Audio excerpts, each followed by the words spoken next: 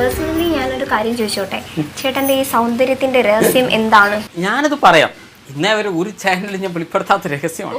അത് ഞാൻ എനിക്ക് പറയുന്നതിന് വിഷമമൊന്നുമില്ല.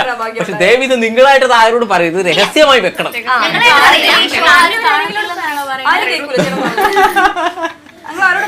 സംഭവം ഇതാണ്. വീട്ടില് ചെറുപ്പത്തിലെ അച്ഛനമ്മയൊക്കെ മരിച്ചു. അപ്പോൾ ഭാര്യ ഉണ്ടായിരുന്നു, ഡൈവേഴ്സാണ്. അപ്പോൾ വീട്ടിൽ ആരുമില്ല. സിസ്റ്ററുണ്ട്, മാരീഡാണ്. സിസ്റ്റർ മോളുണ്ട്, വർഷ പണ്ഡിറ്റ്. ഇങ്ങനെയാണ് എൻ്റെ വീട്ടിലെ ബാക്ക്ഗ്രൗണ്ട് വരുന്നത്.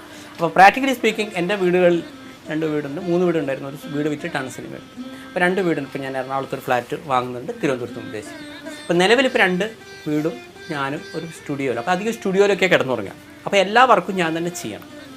അപ്പോൾ 2 കാര്യമാണുള്ളത്. ഒന്ന്, ആരോഗ്യരഹസ്യത്തിലേക്കാണ് ഞാൻ വരുന്നത്. ഒന്ന്, പലപ്പോഴും ഈ അലക്ക് സോപ്പ് കറക്റ്റായിട്ട് വാങ്ങിക്കും. ഒറിജിനൽ സോപ്പ് വാങ്ങാൻ മറന്നു പോകും പല തിരക്കിൻ്റെ ഇടയിൽ.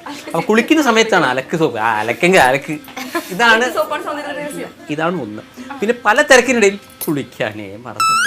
അങ്ങനെ മാസത്തിൽ ഒരിക്കലൊക്കെയാണ് കുളി. ഇതൊക്കെയാണ് ആരോഗ്യ രഹസ്യത്തിൽ വരുന്നത്.